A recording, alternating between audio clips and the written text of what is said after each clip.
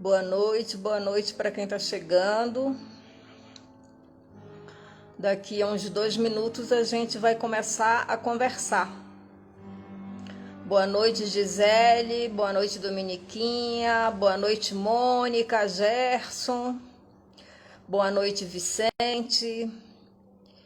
Estou aguardando aqui 1 minuto ou dois para a gente conversar. E aí, porque para não tomar muito tempo de vocês.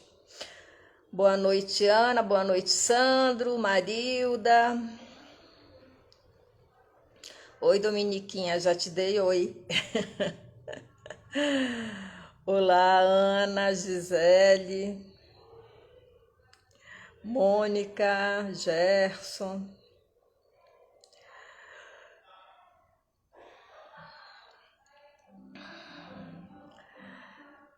Um minuto, gente, a gente vai começar. Que foi, Dominique? Tá rindo aí? Vocês estão todos me ouvindo bem? Alguém pode me dizer? Porque eu não tenho esse retorno aqui.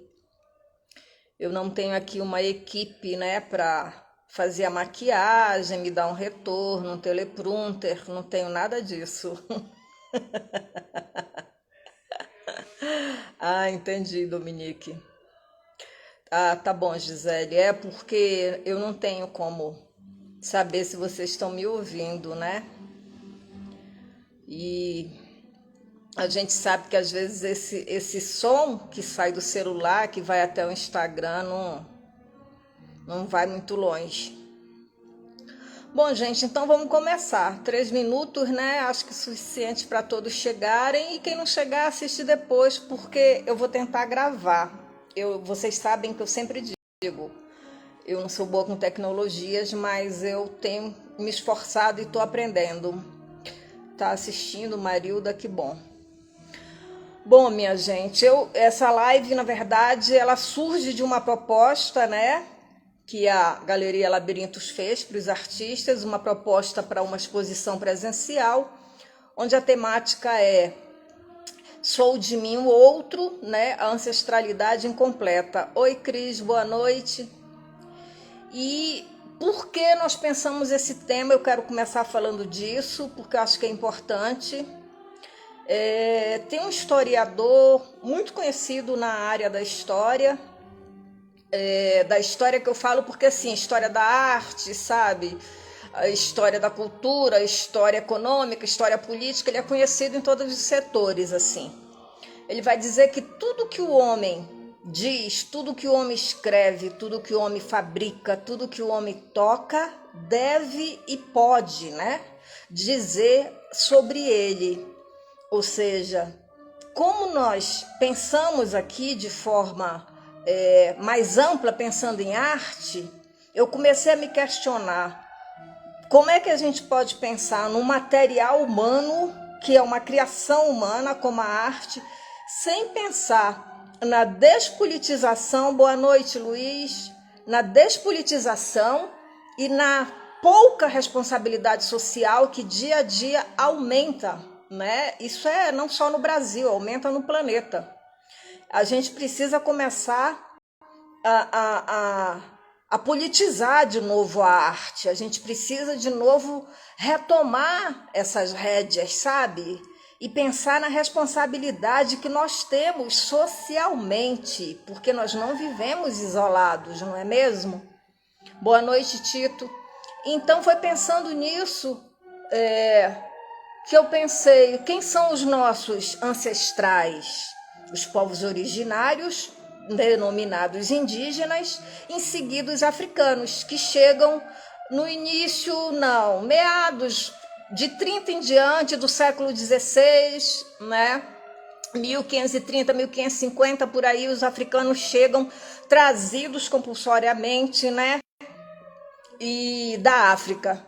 Então, esses são nossos ancestrais, porque os outros, os colonizadores, eles nos tornam os mestiços, porque nós temos uma união no Brasil de 3 raças, não é? Brancos, negros e indígenas, que é preferível chamá-los de povos originários e eles assim preferem. E aí você fica pensando que há décadas e décadas você vê, antes você via só na televisão, na imprensa escrita, e hoje você vê nas redes sociais os movimentos, né, dos negros e os movimentos dos povos originários, ambos buscando, né, que a sociedade lhe mostre e lhe devolva os seus direitos, né? E que essa sociedade comece a pensar, por exemplo, que os povos originários, eles são os verdadeiros donos da terra e toda a luta deles pela terra é extremamente ética. Então, se você pensar nos africanos, né, na mácula que foi a escravidão e que ela ainda existe nos lugares mais distantes e longínquos do Brasil, é preciso que a gente comece a pensar o quanto, né, o quanto em quantidade mesmo de perdas sociais, culturais e políticas esses povos tiveram. E nós, os mestiços, os descendentes, nós devemos isso, né, aos negros e aos indígenas, porque nós precisamos pensar que esses povos estão vivos, sabe? Sempre que se fala dos indígenas, e acho que todo mundo aqui sabe disso, hoje, por exemplo, é 19 de abril, dia do índio, nas escolas, né?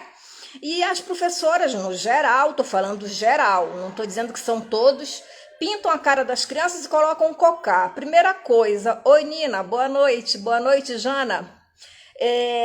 Primeira coisa que deve ser dito, o cocá não é adorno, tá, gente? Ele não é uma fantasia de carnaval. Segunda coisa, é preciso pensar no dia 19 de abril como reflexão e não como festa. Não é para comemorar nada. Existia um massacre imenso no Brasil de indígenas e africanos. É preciso que se pense sobre isso. A gente precisa parar de achar que tudo tem um final feliz como as novelas televisivas. E aí a gente começa a pensar que esses ancestrais, que somos, né? Quando eu digo que eu sou de mim, o outro, é que nós somos o outro e o outro somos nós, estamos conectados, que esses povos precisam começar a vir à tona de todas as maneiras. As pessoas estão achando, agora arte indígena contemporânea, arte negra. Isso não é modismo não, gente. Essas pessoas estão buscando ocupar os espaços por outros modos. A nossa dívida social é imensa, né? Eu falo dívida porque somos brasileiros e todos estamos incluídos. Então, assim, quando os indígenas começam a pensar em arte e a produzir, né, no sentido de mostrar para uma sociedade mais ampla, eles estão pensando exatamente numa forma de mostrar a luta deles. Não é uma coisa, que legal, não é moda. Isso veio para ficar, tá? E assim, isso precisa ser pensado. Os movimentos, tanto de africanos e indígenas, eles têm buscado formas e formas, não é mesmo? De mostrar para a sociedade que eles estão aqui. É que precisa ser rompido esse racismo estrutural que o Brasil carrega. Boa noite, Mônica. Boa noite, Leonardo. Boa noite, Capitão, André Luiz. O que a gente tem é que na memória das pessoas, ou na história, dizendo melhor, na história do Brasil, é que tanto a escravidão indígena e negra e tantos povos originários, eles são memória, eles não são memória, eles estão vivos. Memória é de gente que já morreu, sabe? De sociedade que foi extinta. Eles estão resistindo até hoje. A gente tem aí uma multidão de gente. O Gersi Banila, que é um professor, ele vai dizer, nós saímos da resistência para a resiliência, né? As sociedades indígenas, os povos originários vivem e trabalham de uma forma simbólica, diferenciada, tá? De nós, os mestiços, né? Ou dos supostos brancos. E por conta disso, as pessoas não entendem. O Davi Copenau vai dizer, os brancos não nos ouvem. Nós levamos as nossas falas e eles não entendem. E é isso mesmo, nós não entendemos. Eles estão aí há décadas dizendo, nós estamos aqui, né? Nós precisamos do apoio de vocês, mas no Brasil, no geral, se tem vergonha de descender de indígena ou de negro. No Brasil, as pessoas querem todas vir do ramo dos brancos, nós somos europeus. Eu ouvi isso demais, gente, ainda ouço, né? Descender de índio, imagina aquela raça inferior, descender de negro, aquela raça inferior, nem pensar. Então, assim, pensando em todas essas questões que devem ser pensadas e problematizadas por todos nós, boa noite, Rocilene, boa noite, Messias, boa noite, Ana, eu fui pensar e, assim, tem muito material e eu vou tentar, assim, prometo não me alongar tanto. E eu entrei no museu inglês, Victoria e Albert. Eles têm 2 volumes de um inventário chamado Entaterte Kunst. Essa não é a pronúncia, gente, mas assim, eu tentei. Arte Degenerada, traduzindo. Eles têm esses 2 volumes porque eles receberam, a biblioteca do museu recebeu pela viúva do Heinrich Fischer, um dos nazistas, né? A descendência dos nazistas. Esses 2 inventários, eles têm 480 páginas, enfim. Eles têm uma quantidade de registros, né? São inventários. Boa noite, Tamar. Boa noite, Márcia. Eles são inventários onde mostram as cidades, né? De Aachen, também a pronúncia deve ser outra, porque é alemão, de Aachen a Winkau. São cidades onde essas obras foram destinadas, ou foram conquistadas, ou foram trocadas, ou essas obras foram vendidas. Uma boa parte dessas obras foi queimada, né, junto com livros, né, em pleno regime nazista, para mostrar que essas obras não tinham valor.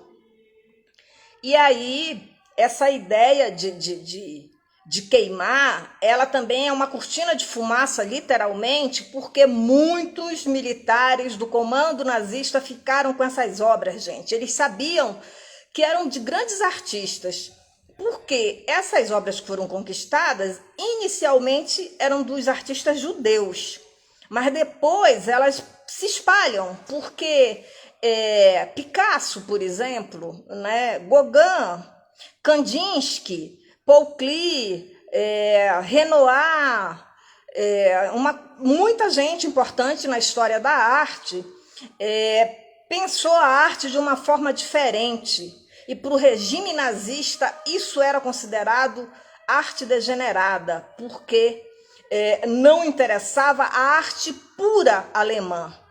Vale lembrar que no regime nazista a ideologia básica, tá? O que eles vão centralizar no regime é o racismo, né? A ideia de superioridade da raça, a ideia de que eles fazem parte de uma raça ariana, branca, superior.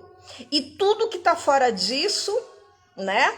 Os africanos, os asiáticos ou os sul-americanos, né? Os indígenas americanos, são considerados raças inferiores. Então eles começam fazendo essa limpeza. Vocês vão encontrar esses dados tanto no museu como na Universidade de Berlim, quem tiver interesse. Depois eu posso passar o link. Então, assim, quando começou, boa noite, Luciana, quando começou a se fazer essa limpeza, inicialmente isso começa em 30, 33, lembrem-se que a guerra vem depois, tá? A guerra é de 39 a 45. Vocês vão começar a perceber que eles tinham é preciso mergulhar, tá? Vocês vão começar a perceber que aí eles vão descendo para conceitos, e o nazismo vai fazer isso, das teorias raciais. Então, em 1928, a gente vai ter um nazista, porque ele era nazista, ele era um apoiador do regime, o nome dele era Paul Nauburg. Ele vai escrever um livro, Raça e Arte. E ele vai começar a dizer, e isso é muito interessante, ele vai começar a dizer que essa ideia de, como se diz, a ideia de arte associada à fisiologia a hereditariedade e as deficiências mentais, físicas, comportamentais, é denominado como arte degenerada. Esse Nauburg vai se apoiar em outros autores. A gente vai passear e vai começar a ver de onde eles vão tirando essas ideias.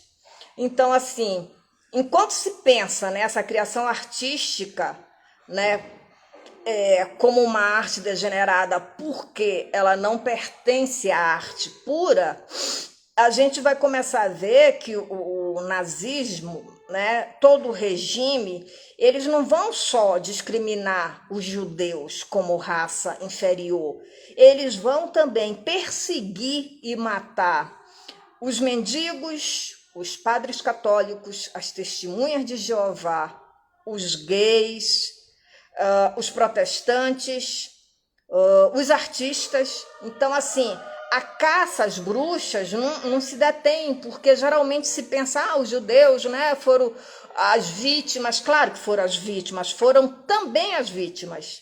Nem todo mundo era judeu e assim mesmo, né, foram caçados. Por exemplo, eles proibiram o casamento entre judeu e alemãos. Eles achavam que isso fazia parte da degeneração da raça.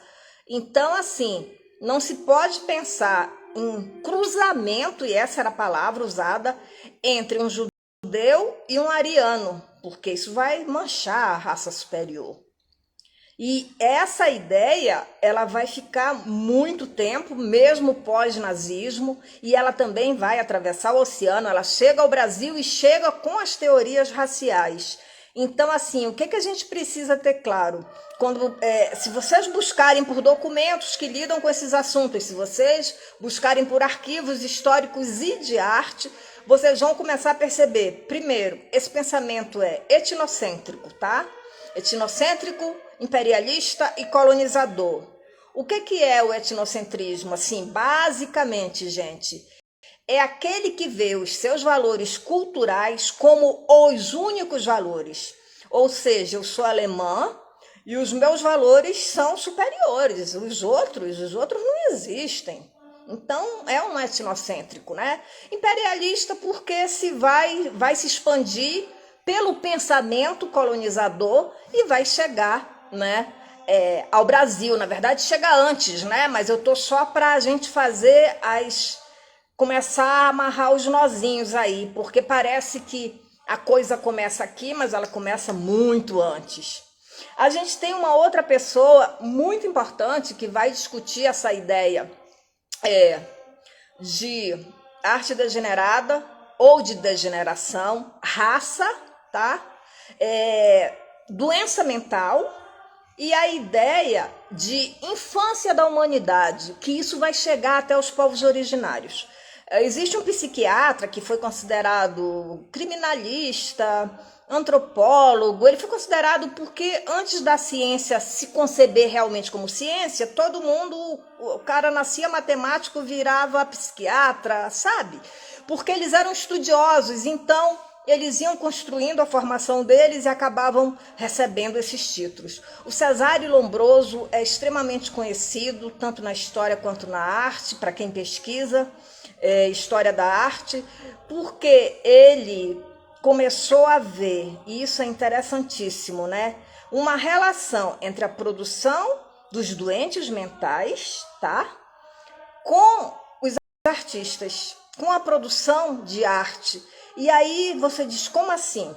Porque ele diz que esses deficientes ou débeis mentais, eles começam a produzir depois da doença, ou seja, antes eles nem produziam. A arte vem à tona, a criação artística vem à tona depois que se tornam alienados. E ele diz que isso faz um casamento com a arte. E aí, claro, ele vai lançar isso para a arte modernista, tá?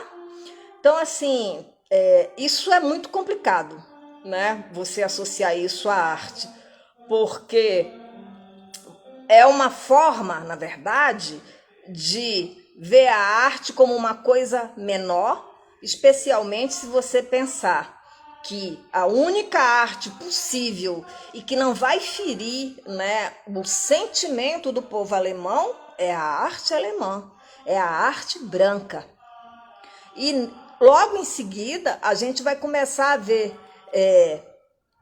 nesse contexto aí, onde, né, a psiquiatria e a psicologia e quem mais? A psiquiatria, a pedagogia, todos vão começar a pensar, né, nessa questão da degeneração, tá? Pensar na raça e associar isso com arte.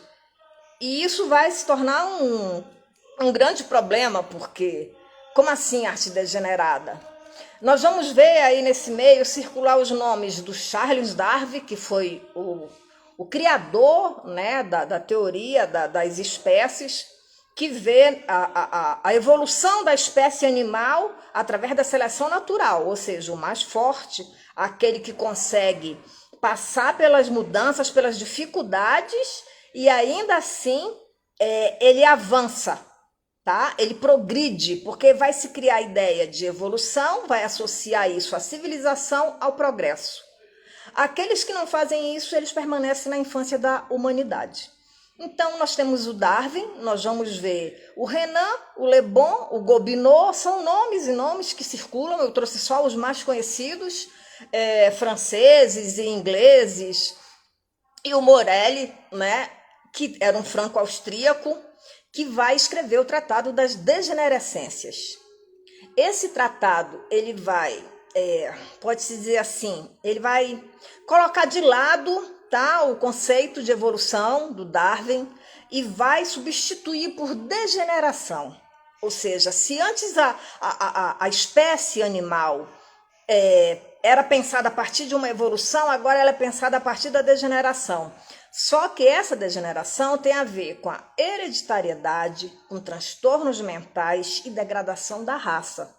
Ou seja, a degeneração ela explica o indivíduo, se ele evolui ou não. Novamente, aquele Paul que eu falei antes, o Paul Narbung, que era um nazista, era um arquiteto, enfim. No livro dele, ele vai pegar fotografias de indivíduos doentes mentais, né? E vai pegar fotografias da arte modernista.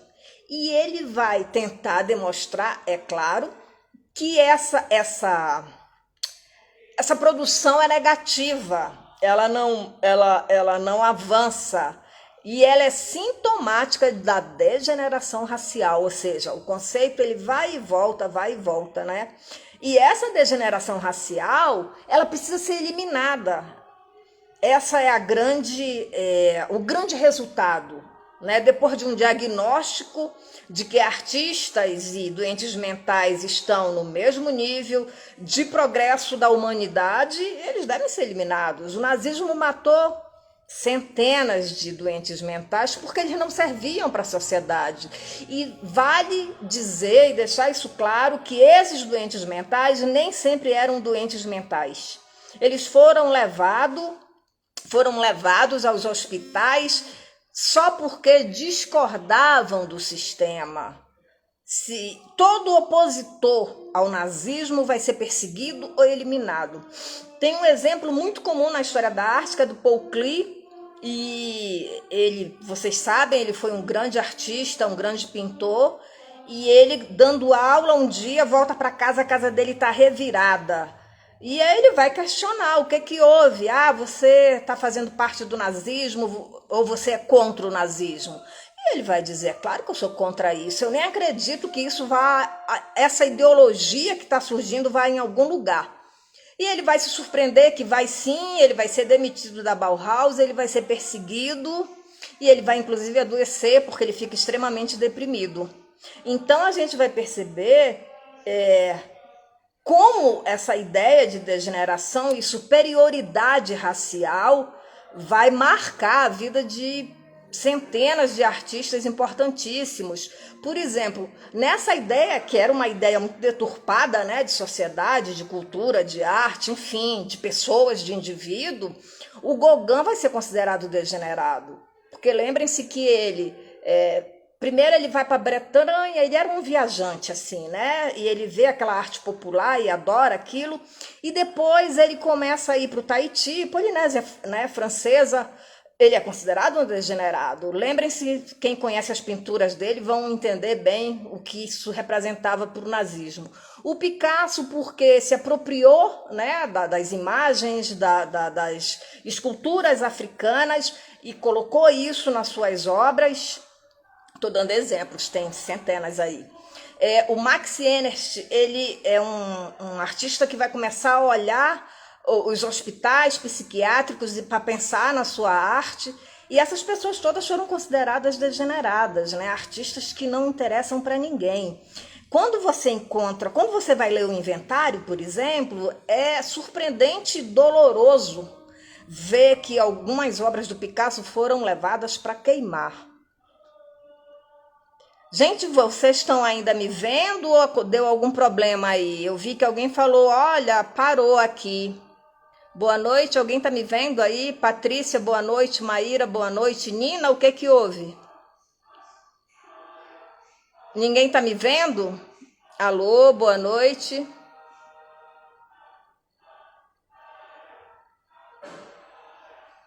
Gente, aconteceu alguma coisa? Eu estou perguntando e ninguém responde. Me ajuda aí.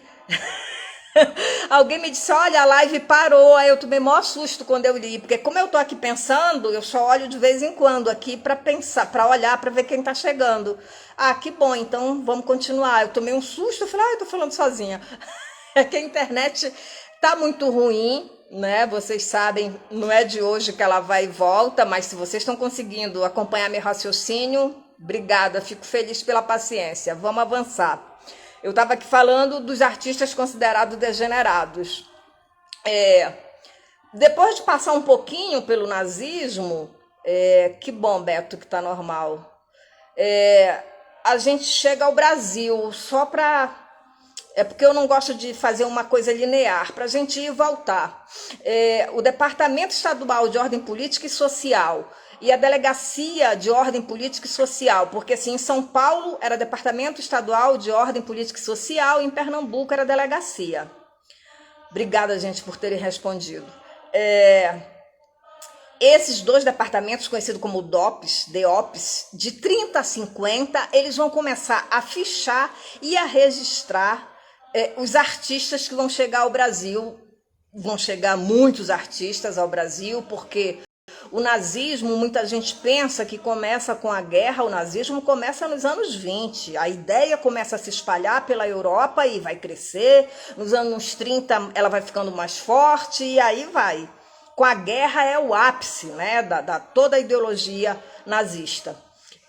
Existe um site, Obscuro Fichário, depois eu posso passar o link completo, que uma amiga minha historiadora, a Camila Similiana, me indicou.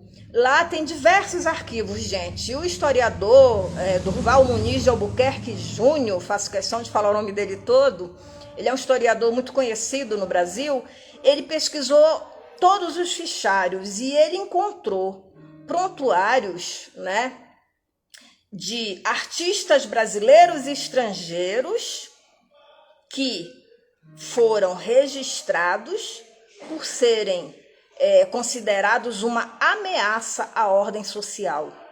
Esses artistas, muitos vinham Argentina, Polônia, França, vêm de todos os lugares, muito da Europa, né? Tem algum norte-americano, mas é Polônia, lembrando aqui dos países que eu li, Polônia, França, a gente tem Argentina, tem também Brasil, enfim, essas pessoas migraram para o Brasil, algumas fugidas mesmo da guerra, porque vocês sabem o horror que foi isso, quer dizer, historicamente, né? A gente não viveu isso, isso é um privilégio. Essas pessoas vieram para as ações, começaram a criar atividades, né? Em teatro, em cinema, em café, em cassino, onde tinha atividade artística, essas pessoas entravam nos circos, né? Nos cabarés, era muito comum nos anos 30, o teatro de revista, sabe?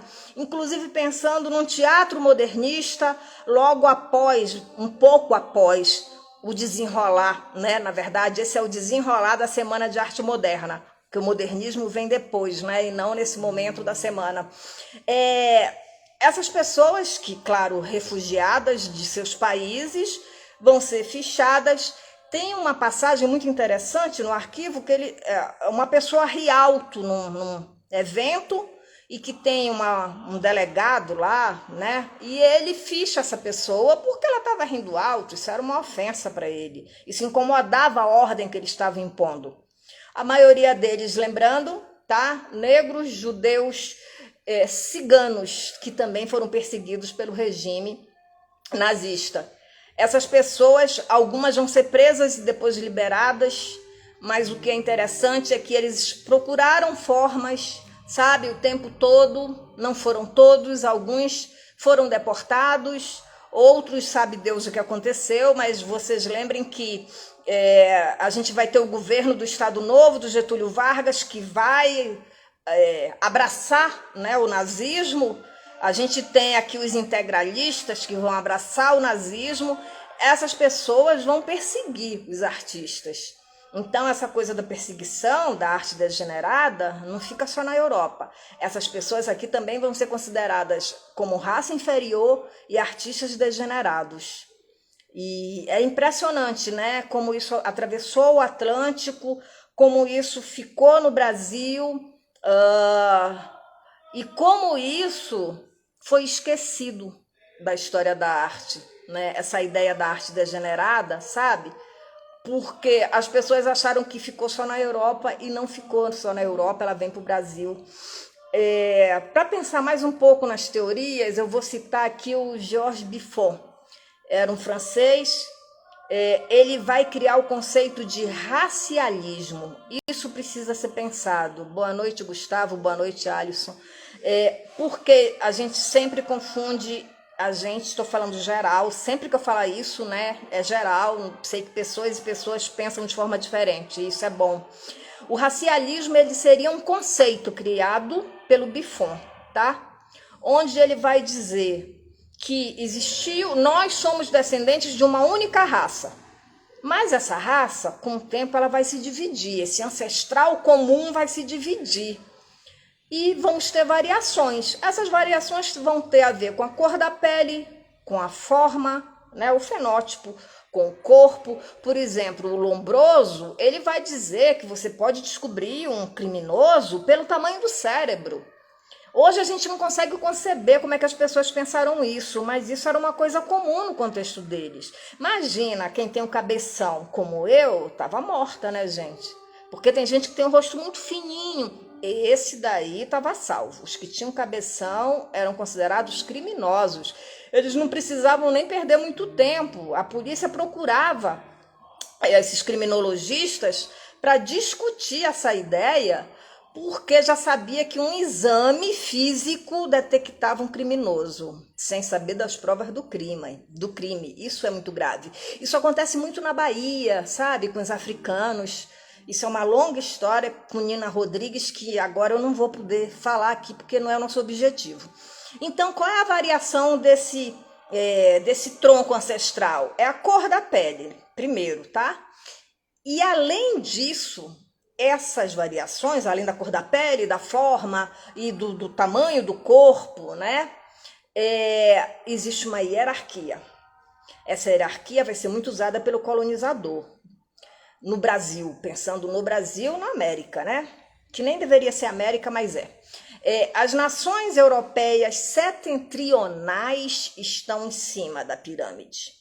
Depois vem os demais europeus, tá? Lembrando que a Europa setentrional, eles estão pensando aí nos nórdicos, os loiros, brancos. É uma coisa super estranha quando você vai lendo.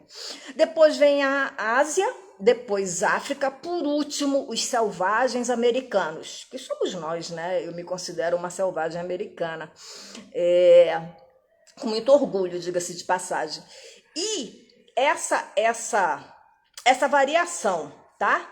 Com essa hierarquia, ela faz o quê? Ela traz a ausência de civilização para esses povos que estão abaixo, lá embaixo da pirâmide, que são os que sustentam ela, né?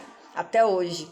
existe uma falta de civilização e uma falta de progresso. Essas pessoas não conseguem avançar, elas são inferiores, não só pela cor, mas pela compleição orgânica, né? O nosso organismo, nós somos mais baixos, a nossa pele é escura, tem nada a ver com civilização. Civilização é coisa de branco, gente. Daí dessa ideia, e muita gente vai absorver esse discurso do Buffon, ele é muito conhecido por isso, vem a ideia do racismo, que é o que nós vivemos no Brasil, um racismo estrutural, né? Que é o preconceito, que é o desprezo pelo outro, que é o ódio, como o nazismo criou, um ódio pelo outro. E a gente vê isso se repetindo de uma forma horrível, né? De uma forma pouco reflexiva no Brasil, mas enfim, né? A gente precisa pensar mesmo nisso, e a gente precisa pensar nisso de uma forma responsável e com seriedade. Os viajantes e naturalistas, que são os nossos primeiros narradores, pode dizer assim, porque a gente vai ter aí os padres, os jesuítas, quando chegam ao Brasil, e eles vão fazer os relatórios para mandar para a Europa. E aí tem os viajantes que vão passar por aqui, os naturalistas, alguns cientistas, né? O Gobineau é um deles, né? Arthur de Gobineau, o Luiz Agassiz. Esse pessoal vai escrever narrativas sobre o Brasil e vai falar da raça, né? E a primeira ideia que eles têm sobre os nativos é que eram imaturos. E aí vocês vão ver que essa ideia começa lá atrás. Eles são a infância da humanidade e eles são decaídos e degenerados. Olha onde o nazismo vai buscar isso. Lá no início, meados do século XIX. Viajou bastante, né? Só que isso chega ao Brasil e até os anos 30. Os dirigentes brasileiros, inclusive os museus, gente, vão discutir essa ideia de raça, tá? E a partir de uma formação orgânica. Por quê? O Darwin, quando ele pensa, né, escreve Origem das Espécies, é um conceito biológico, gente. É um conceito voltado para os animais. Mas as pessoas vão mudar isso e vão transformar isso em darwinismo social. Boa noite, Andréia. O darwinismo social, ele tem um cunho político e cultural. E assim você vai explicar as outras raças, a superioridade, né, e a inferioridade a partir desse cunho, que é a miscigenação, pensando em Brasil. Essas pessoas que vão fazer relatos sobre o Brasil, eles vão dizer que o brasileiro, a mistura das raças, o miscigenado, ele é uma aberração. A miscigenação é um erro. A coroa portuguesa, durante muito tempo, vai proibir o casamento de indígenas e brancos. Mas vocês devem saber que a maioria das mulheres indígenas foram violentadas, literalmente, pelos colonizadores, né? Os colonos, muito tempo sozinhos, e em algum momento a coroa vai permitir esse casamento. Isso está tudo em documento, tá, gente? Depois, quando os africanos chegam, eles vão proibir o casamento entre indígenas e africanos, e brancos e africanos. Por quê? Se num primeiro momento eles consideram o indígena inferior, que é os povos originários é o que eles vão encontrar aqui, nações e nações que eles vão dizimar, né? Quando o africano chega, eles vão dizer, o africano é mais inferior ainda. Eu tenho um documento que diz isso é um horror, não é? Então, assim, quando se mistura essas raças, meu Deus, isso não pode acontecer. Por isso que o Brasil, e aí vem uma explicação, é um país atrasado, porque se misturou as raças. E a única possibilidade de mudança, e acreditem se quiser, é a eugenia. O que é a eugenia? É uma seleção social, é uma forma de intervir nesse cruzamento, nessa propagação, nessa mistura de raças, tá? Porque é preciso que se tenha uma raça pura para que haja civilização e progresso. Então, a eugenia vai supor, e fico tão feliz que eles erraram, e vai propor, isso pensando no Brasil, que daqui mais uns 30 anos a raça branca superior vai branquear o Brasil, né? Ela vai eliminar o elemento nocivo, tanto o indígena quanto o negro vão desaparecer e todo o fenótipo vai ficar branco. E eles erraram, né? Somos todos, na maioria, brasileiros morenos, né? Pensando mesmo nos mestiços. E eles erraram, e que bom, porque eles ficaram tentando o tempo inteiro insistir nessa ideia de que era preciso branquear o Brasil para que ele avançasse como as civilizações europeias, né? Essa era uma ideia que ficou muito tempo, né? Os teóricos no Brasil vão discutir, os antropólogos e sociólogos, mas o que é grave disso é que isso ficou enraizado na nossa cultura. Essa ideia de branqueamento, de que o branco é superior ou suposto branco, porque eu penso particularmente que quem nasceu no Brasil é mestiço. Seja filho de alemão, seja filho de holandês, seja filho de inglês. Se ele não chegou agora, não é um europeu, né? Se ele surge dessas raças, desse cruzamento, nós somos mestiços. E isso é tão bonito no Brasil, essa mestiçagem, né? Mas a gente tem um desses pensadores aí da raça, que eles avançam. Olha, vou falar para vocês, as teorias raciais, elas chegam num nível tal que elas vão dizer que a degeneração da raça, ela tem a ver com o meio ambiente. Então, quando eles chegam na Amazônia brasileira e que veio aquela imensidão da floresta, aquela imensidão de rio, eles vão dizer, esses povos aqui são inferiores. Aqui os bichos são pequenos, claro, eles vieram de uma Europa, eles já conheciam os animais da África, né? Um elefante, por exemplo. Como não tem elefante nessa floresta imensa? Eles vão questionar, né? E esses povos com essa pele escura, pequenos, atracados, né? Pensando no que os povos indígenas, pensando em Amazônia, não são altos. Eu acho que isso é meio geral no Brasil. Eles têm uma estatura menor. Então, assim, eles têm a pele escura, eles têm uma estatura menor, ou seja, eles são degenerados. E isso tem a ver com o meio, com essa imensa floresta, com essa imensidão de água, com esse calor intenso que parece mais a zona que caminha a gente para o inferno. Isso tudo está escrito nos relatos dos viajantes e naturalistas. É impressionante. Então, assim, se você começa a pensar que, né, além da questão de você ter a cor da pele, você ainda tem um meio que influencia, você não tem como avançar. E aí o Renan vai dizer, as três raças, a branca, a negra e a amarela, é um problema quando elas se cruzam. A branca é a superior, é a melhor, não é? É a mais pura. A negra é inferior, porque imagina, a negra, além de a pele ser escura, eles ainda são os mais feios. Os indígenas também vão ser considerados os mais feios. E aí você diz, nossa, e a amarela que entra aí, China, Japão, eles vão dizer assim, até que a China já chegou a ser assim, a Europa, até que eles tiveram uma produção, de repente eles recuaram, de repente eles começaram a evoluir. É impressionante, né? As ideias que eles iam criando e como eles acreditavam nisso, porque é importante lembrar que esses homens todos aí, que criaram essas teorias raciais, climáticas, né?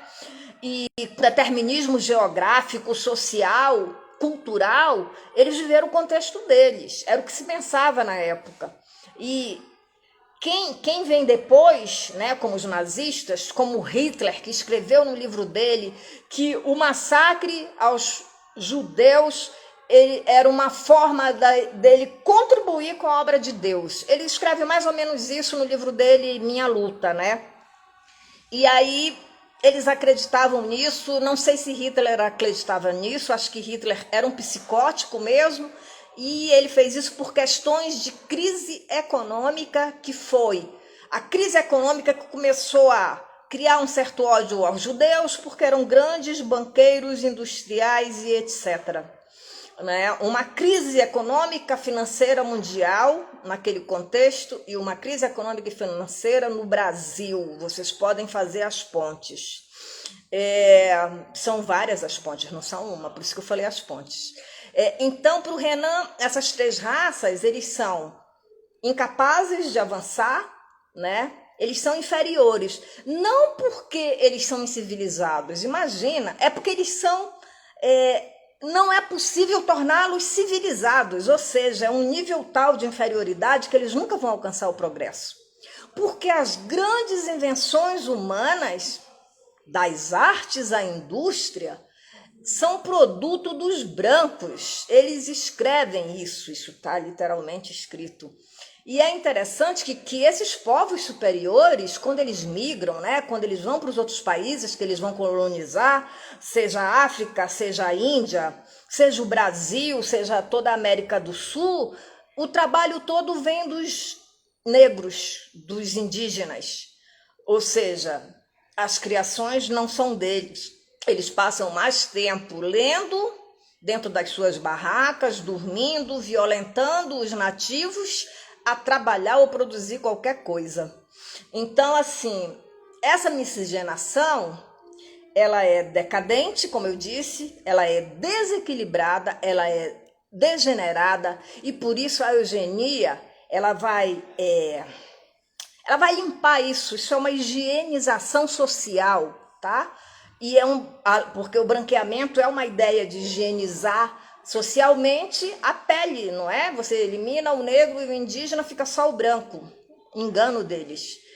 E aí começa a se pensar em discutir, discussão entre eles de naturalizar as diferenças. Mas não pense que naturalizar as diferenças é o respeito ao outro, a diferença.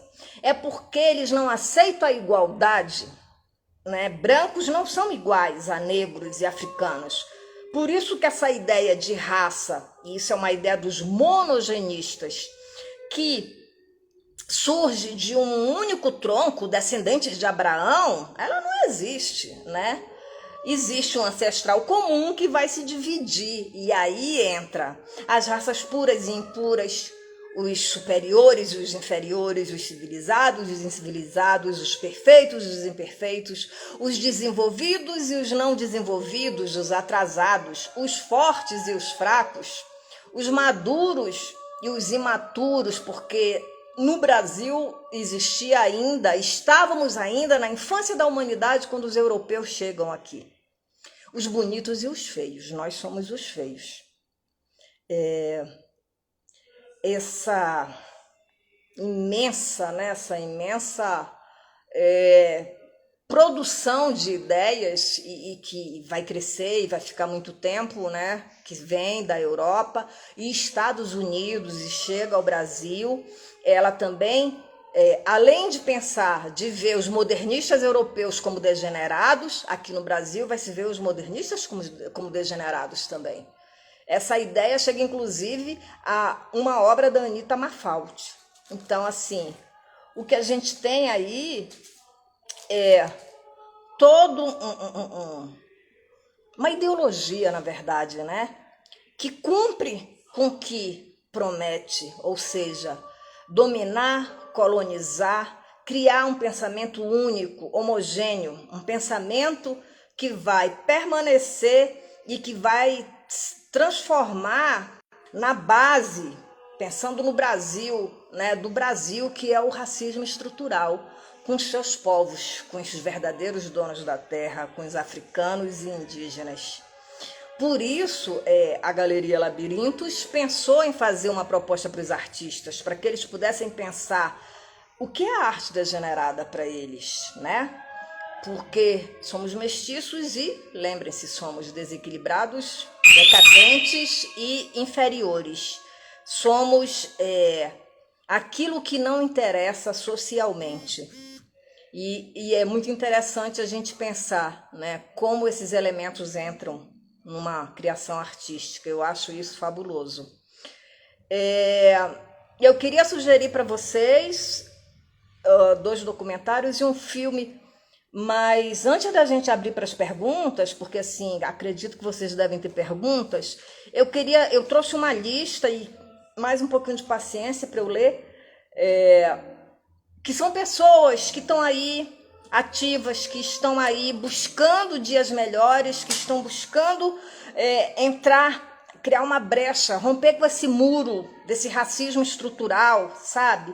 E o tempo inteiro eles estão hoje nas mídias mostrando a cara e dizendo: nós estamos aqui, nós não vamos recuar, nós existimos, nós não somos memória, nós somos história, nós fazemos história. E eu vou ler o nome de algumas pessoas, vai faltar centenas, mas assim, foi nomes que eu já conheço mais. Álvaro Tucano, Mário Juruna, Raoni, Marcos Terena, Ailton Krenak, Davi Copenal, a Sônia Guajajara, Juliana Canidé, Arissana Pataxó, Dayara Tucano, Dijuena Ticuna, Fernando Caigangue, Uiurá, Gerson Banil, Sueli Machacali, Daniel Munduruku, Eloy Terena, Tatiane Caiová, Elisa Pancararu, Valdelisa Veron, Christian Varu, Edson Caiapó, Mapulu Camaurá, desculpem, é que é difícil e a pronúncia nem é essa, Nailton Pataxó, Gabriel Gentil, Jairo Munduruku, Graciliana Uacanã, Maria Tupinambá, Marcos Verona e em memória de Jaider Isbel. Dandara Zumbi de Palmares, Luiz Gama, Alzira Rufino, Cida Bento, Jurema Werneck, Sueli Carneiro, Machado de Assis, Lima Barreto, Benedito da Silva, Aline Mota, Eliane Cavaleiro, Conceição Evaristo, Geisa Preta, Rosana Paulino, Marielle Franco, Milton Santos, Sônia Gomes, Paulo Nazaré, Carolina de Jesus, Gilberto Gil, Antônio Francisco Lisboa, para quem não sabe foi o Aleijadinho, e ele era negro, Juliana Tinzuba, Cabenguele Munanga, Thaís Araújo, Lázaro Ramos, Sérgio Pererê, Lélia Gonzalez, Carlinhos Brown, Seu Jorge, Emicida e Elza Soares, a nossa rainha. E são pessoas que estão sempre na minha memória e eu queria falar desses nomes porque eu acho que eles são importantes para a história do Brasil, para o movimento negro, para o movimento indígena. Eu queria indicar um documentário para quem tem paciência, Arquitetura da Destruição, que vai falar vai fazer o roteiro, tá, da arte degenerada, vai mostrar como que o Hitler chega onde ele chega. Ele não vai entrar muito em teorias, mas ele faz um documentário muito interessante, é um sueco, Peter Cohen, e vale muito a pena. Tá no YouTube, eu acho, na Netflix. Amanhã eu coloco aqui a referência na página da Galeria Labirintos. O outro é Última Floresta, que tem um roteiro do Luiz Bolognese e do Davi Copenau. É muito bonito, gente. É um pedacinho da cultura dos povos originários que vocês vão ver. E é tão comovente, né? Quando o Davi repete essa fala dele que não é nova: os brancos não nos ouvem, nós falamos e os brancos não nos escutam, né? Os brancos não nos entendem. E o outro é um filme, Medida Provisória, dirigido com roteiro de Lázaro Ramos e direção de Lázaro Ramos e Luza Silvestre. Ele está no cinema, foi lançado há pouco tempo, ele é um filme de 2020, lançado agora no Brasil, e que vale muito a pena. Foi até uma artista, a Rose, que me indicou. Ela disse: olha, esse filme e... Bom, vale a pena vocês assistirem. Amanhã eu posso colocar as referências. Eu queria abrir para perguntas, porque eu acho que eu já cansei vocês demais. E, enfim, vamos bater um papo. O que vocês podem perguntar, sugerir? Boa noite para vocês. Vamos falar? Vamos conversar? Se vocês não tiverem perguntas, eu vou me despedir de vocês. A minha intenção era mais assim... alguns artistas receberam a proposta, né? E eu queria só ampliar um pouco, porque a proposta que eu envio não tem todos os detalhes das teorias, porque isso ia ficar muito cansativo. Mas lembrar que essa arte degenerada, né? que começa, que aparece, né, lá na Europa com os nazistas, ela chega ao Brasil e assim mostrar que os degenerados são os nossos ancestrais indígenas e africanos e tudo que eles produzem.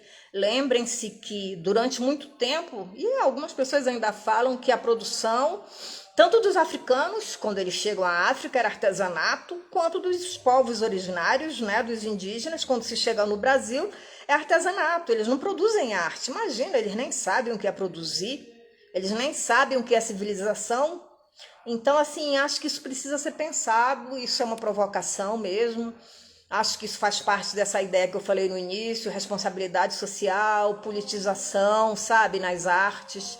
A arte não é, né, uma coisa, a gente vai ali se distrair com arte ou a gente vai fazer uma decoração numa casa, né? Eu penso que arte é muito mais que isso, né? Além de vir tão de dentro, essa coisa tão subjetiva, é preciso ter uma responsabilidade social. Eu acho que os artistas precisam ter uma responsabilidade social, né? E lembrem-se, isso não muda o estilo de ninguém. Você vai passar a vida inteira com seu estilo. Você pode agregar novos elementos, né? O quê? Não entendi. Falar sobre expressões diferentes.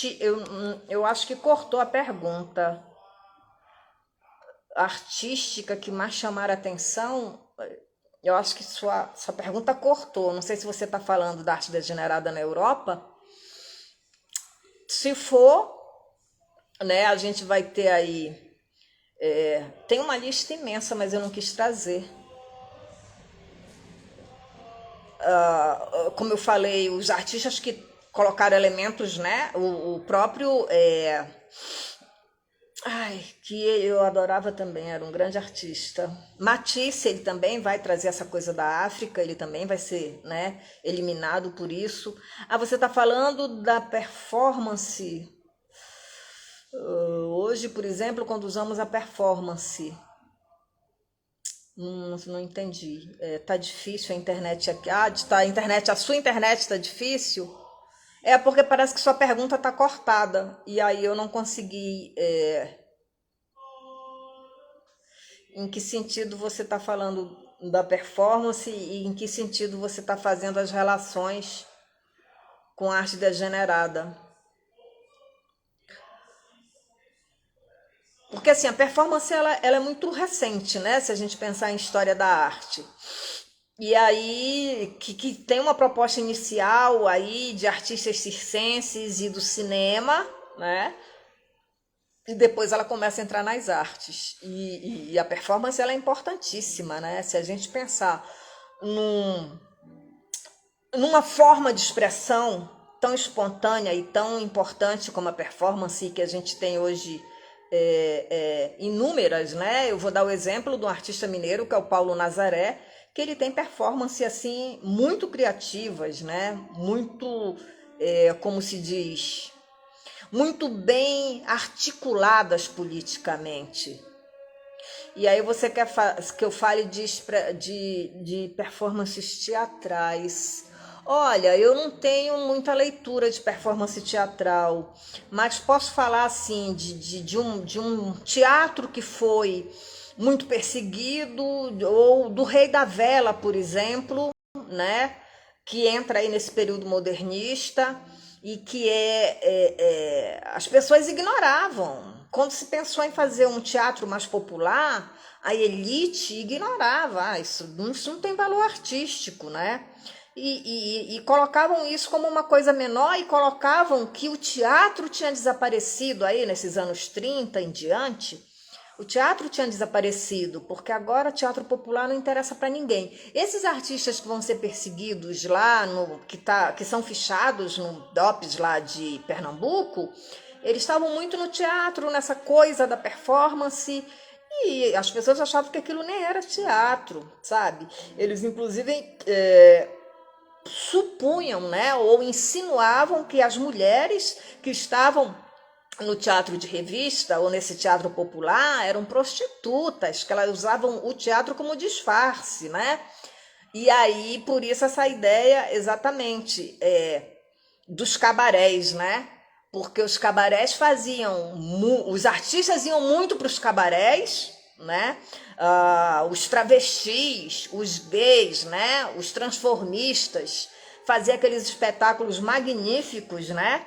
E claro que a polícia geralmente ia lá e fechava, não aceitava, porque achava aquilo uma vergonha, aquilo era um atentado ao pudor, né? Essa ideia de ver uma performance teatral inusitada, né? Como os Dizzy Croquette, né? Que vão fazer um trabalho muito bacana e vão até sair do Brasil e que faziam um trabalho belíssimo mesmo. Tem um filme até, eu posso indicar amanhã, e vão ser excluídos, vão ser tratados com maior desrespeito, inclusive alguns vão ser espancados. Isso era muito comum, né? Isso era muito grave, né? Isso, os Dizzy Croquete. E aí você vai ver essas pessoas assim, até quando, né, você vai ver essa arte como uma coisa menor. Então, não sei se era isso que você queria que eu respondesse, porque a pergunta ficou cortada ali. Mas eu estava pensando assim, nesse sentido, né? De que tudo que saía um pouco do padrão, né? O próprio Lazar Segal, acho que 2019, vão fazer uma exposição de arte degenerada para ele em São Paulo. Porque ele também acaba sendo enquadrado aí essa coisa de ser degenerado, de fazer um trabalho decadente, de fazer um trabalho inferior, né, com pessoas deformadas. O Picasso fazia, né, pessoas deformadas. Aquilo era um horror. Isso não tem a ver com uma arte pura, né, com uma arte que é nobre e superior. Acho que é um pouco isso. Se eu não conseguir responder, depois você me fala pessoalmente que eu tento responder. Tem mais alguém aí querendo perguntar? Boa noite, Raquel. Gente, se vocês estão satisfeitos, eu vou me despedir de vocês. Primeira coisa é agradecer a paciência, né? E depois pensar com vocês, né? Formas mesmo da gente sempre propor, né? Provocações para que as pessoas possam gerar essa problemática, né? Nas suas criações artísticas. Eu acho isso importantíssimo, né? Porque o nosso contexto de transição e crise mundial, ele tende a continuar, ele não vai desaparecer, né? Ah, você achou o assunto bacana? Que bom. Mas eu preciso ir, porque eu tenho outras coisas para fazer. E aí, oi Raquel, como os outros artistas não fizeram pergunta, ficaram tímidos, e talvez cansados, né? Porque à noite as pessoas estão mais cansadas. É, a gente deixa depois, sei lá, podem fazer perguntas para mim depois, sei lá, no chat, ou eu vou tentar gravar essa live, gente. Eu não sou boa com tecnologias, mas quando eu vou aqui me desconectar, eu tenho que encontrar um lugar que diz salvar, acho que é isso. Porque aí quem não assistiu hoje, alguns artistas me disseram que, né, teriam outras atividades e não poderiam assistir hoje. Então fica gravado, até porque a pessoa pode assistir com calma, viu, Raquel? Você pode depois assistir com calma e você pode até perguntar lá. E, ô Mônica, você gostou? Que bom. Eu acho esse assunto muito importante também.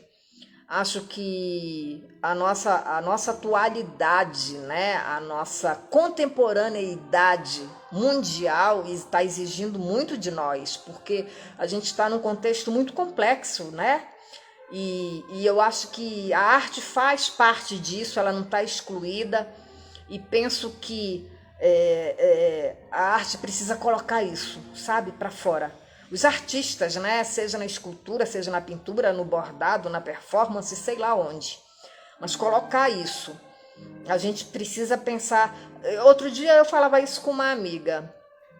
Imagina, Sandro, eu acho que eu só falei um pouco mais para não ficar cansativo. Eu estava falando do Van Gogh, por exemplo. sabe, os girassóis, os famosos girassóis, muita gente diz, olha, magnífico, maravilhoso, e aí todo mundo diz, ah, as flores. Gente, o Van Gogh, e pesquisem, podem pesquisar, se quiserem, claro. O Van Gogh, quando fez aquelas flores, ele já estava com os problemas de saúde, né, inclusive mentais. Ele está vendo ali os indivíduos sociais, sabe? Observem os girassóis, eles são meio caídos, eles são, parece que estão amassados, parece que eles estão separados do caule, tem muito sofrimento naquelas flores. Olha a genialidade do Van Gogh, né?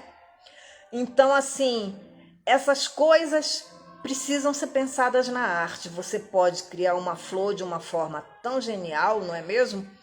E ver o quanto a arte te possibilita. Então, até a Dominique está dizendo para a gente parar de pensar como colonizados. É que é muito difícil romper com isso. É muito difícil romper com o pensamento colonizador. E penso que a gente deve semear, penso que a gente deve mostrar a nossa cara de mestiço, sim, de feio, de inferior, não é? De decadente. Penso que a gente não deve ter vergonha da nossa ancestralidade negra, né, e indígena. Penso que a gente pode, dessa forma, a gente... Muito obrigado, Nina. Eu acho que é oportuno, sim. A gente está com uma PL aí, 191, eu acho, circulando no Congresso, e mais uma vez os povos indígenas vão ter suas terras invadidas. Ou seja, qualquer pessoa pode ir lá e explorar os recursos hídricos, minerais, orgânicos, mas a terra é dos indígenas. Como assim? Como é que o Congresso, sabe, resolve votar um projeto de lei desse? Então, assim, a gente precisa apoiar os nossos ancestrais e não ter vergonha, né? Eu acho que a gente precisa... a gente precisa pôr isso na arte, gente. Vejam, obrigada, Beto. A gente precisa colocar... Vejam quando Picasso criou Guernica, ele estava mostrando uma guerra, a matança, a violência, sabe? De uma forma tão forte, que foi uma das obras, né, que mais viajou pelo mundo, pensando em imagem. Então, assim, a arte é isso, gente, ela não é um adorno. Então, vamos colocar isso para fora, né? Vamos mostrar a nossa brasilidade. Eu não estou fazendo apologia ao nacionalismo, ao ufanismo, não. É que eu acho que... E nem por um momento eu descarto os nossos colonizadores artísticos, né? O Picasso, o Van Gogh, o Gauguin, o Climo, Modigliani, que eu adoro, Matisse, não, eles são importantíssimos para a história da arte. Mas vamos olhar para o nosso Brasil, né? É isso que eu vejo. Vamos fazer a nossa arte articulada com as questões do presente, que são tão nossas, né? E tão fortes. Então é isso, gente. Eu desejo uma ótima noite para vocês. Uma boa noite, Ana. Não sei se você conseguiu assistir tudo, mas eu vou, como eu falei, vou tentar gravar. Mas acho que eu consigo. E aí vocês vão poder ver com calma. Se vocês quiserem perguntar no Instagram, né, onde fica ali no feed, pode perguntar. Se eu puder, eu respondo sem nenhum problema. Assim, eu estou disposta. O meu trabalho é colaborativo, eu vejo assim, penso que podemos, né, trocar ideias, né? Eu como curadora e vocês como artistas, então vocês podem perguntar e tirar todas as dúvidas, enfim. E eu estou às ordens. Isso mesmo, vamos ser nós mesmos, né? Boa noite, Mônica, querida. Imagina, boa noite, Ana, boa noite, Nina, boa noite a todos que estiveram por aqui. E amanhã eu vou deixar para vocês os filmes, tá? Porque eu acho que fica mais fácil para vocês encontrarem.